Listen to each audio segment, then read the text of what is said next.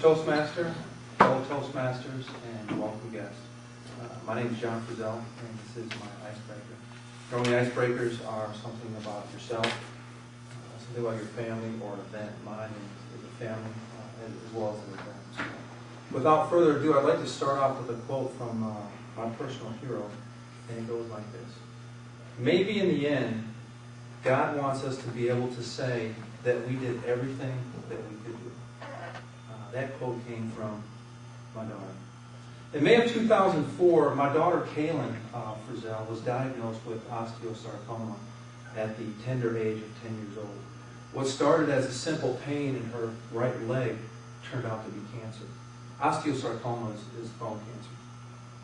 Kaylin underwent 9 rigorous months of harsh chemotherapy, and there is no other way to describe it but harsh. She had a femur bone replacement, so imagine 5 inches of the femur removed and a full knee replacement. So she had a steel rod, and she was the first actually in the United States to get a plastic/steel knee. And she used to joke and say, "Daddy, I'm a bionic woman." I'm like, "Yeah, but the problem is you run in circles because you only have one." And she was like, "Oh, Daddy." So after nearly a year of being in remission, in March of 2006, a CT chest scan revealed that the osteosarcoma had actually spread to Kaylin's left lung. 3 malignant nodules were surgically removed from her left lung. A nodule, you can think of it as a mole. So they had to open her chest up, reach in, and literally scrape it off. Kaylin, as always, quickly recovered from the surgery and enjoyed nearly all of her 7th grade year at Nickel Middle. As a matter of fact, she had planned for the entire 9 months to do her dance. And I had looked through her journal, typical dad, right? And saw this elaborate planning. I want this dress, I want to go to Sally's house, we're going to have this big plan afterward. And I said, what can I do to help? So on the night of the dance, after she come home from the hospital, nothing was going to keep her from this dance. I had all her friends at the house, the parents were there. And I said, Kaylin, your ride is here. And she said, Dad, what do you mean? So I took her outside, and a limo pulled up. And it was the first time that I'd ever seen my daughter cry. Tears of joy. And she gave me a hug and said, Daddy, you're the greatest. And she had a time of her life. Kaylin began many more months of chemotherapy because the nodules had actually come back. So one thing about cancer is it can return. So she had more months of chemotherapy. She had more nodules removed. And during those months, think of chemotherapy as poison, because quite frankly, that's what it is. It kills everything. They were given a recovery drug at a certain point to actually bring them back. But she suffered many of the symptoms that most people do, which loss of hair. She had blisters. She was actually blind for 2 weeks. But she had such a sense of humor. I remember when her hair fell out, and she said, Daddy, can I borrow a comb? I'm like, are you kidding me? She had no hair at the time. I'm like, wow. I said, well, can I borrow your shampoo? You're not going to need it. And that's how we played. It wasn't until after Kaylin had finished her last course of treatment that life had dealt us an even sharper blow. The chemotherapy had actually damaged her bone marrow and caused pre-leukemia. So on one hand, we had osteosarcoma. On the other hand, we had pre-leukemia. And the only way Kaylin had a chance to survive was to get a bone marrow transplant. And I just think of those words, the only chance for my daughter to survive. And it still seems like a dream when I hear it, because throughout the cancer, Kaylin treated cancer as an inconvenience. She was like, fine, I'm going to go get the treatment.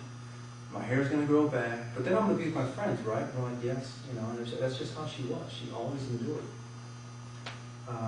In January of 2008, we were forced to pull Kaylin away from her normal life. She started her normal life back in Butler as a freshman in order to do this bone marrow transplant.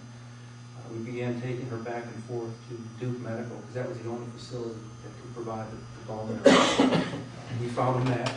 It was an 100% match because the siblings were a match, and Kim and I were a match, but it was close enough. So we started up at Duke. It's a 100-day process from beginning to end. So what they had to do was they had to kill off her bone marrow through chemotherapy and treatment, and basically do what's called a total body irradiation. They had to kill everything so that her body would accept this bone marrow. One thing I'd like to say is that throughout the years, Kaylin never frayed from her spirit or her zest for life. She was always, let's get to the next thing. She carried her burden quietly and lived her life amazingly. February 14, 2008 was Kaylin's last day home. We relocated her to Durham, where she underwent this 100 days bone marrow transplant. She spent nearly 40 days quarantined to this tiny room because she caught the flu. So imagine, she's got no white blood cell. She's in this room, it's a sterile environment. She gets the flu, which adds to the problem of her health. So she spent nearly 40 days quarantined to this room with the flu virus, which she did ungrudgingly. She still never complained, but 40 days for a child to be in a room with one window. On March 28, 2008, we celebrated when Kaylin was released from the bone marrow unit to a nearby apartment. So what happens is after a certain period of time, the bone marrow starts to grow.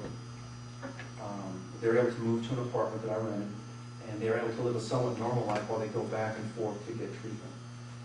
Things were absolutely wonderful. I remember coming up there, playing nights of Uno and putting puzzles together, just quality time with the family. She was scheduled to be released from Duke on May 26th. Tragically, Kaylin never returned home. 4 infections invaded her lungs. She was placed on an oscillator ventilator for approximately 11 and a half days. What happened was she caught a rare fungus called trichoderma. We were working with the CDC to try to come up with a cure. She was a fit person in the world that ever had it. So she couldn't breathe. So they said in order for her to get treatment, we're going to have to put her on not just a ventilator, but if you're familiar with an oscillator ventilator, it is a machine that really pumps. Ultimately, this rare fungal infection known as trichoderma took Kaylin's life. She passed away peacefully on May 27, 2008. Whew. Just 1 month short of her 15th birthday. She left a legacy of lifelong lessons I will carry on forever. She'd be embarrassed right now. And I'll sum them up like this. Kaylin lived more in 14 years than most people live in their whole life. She faced cancer fearlessly and always with an infectious grin. And if I could sum up Kaylin's life, I would say it was this: don't worry, be happy. And that was Kaylin. I thank you for your time. I apologize for my emotion. Mr. Toastmaster, thank you.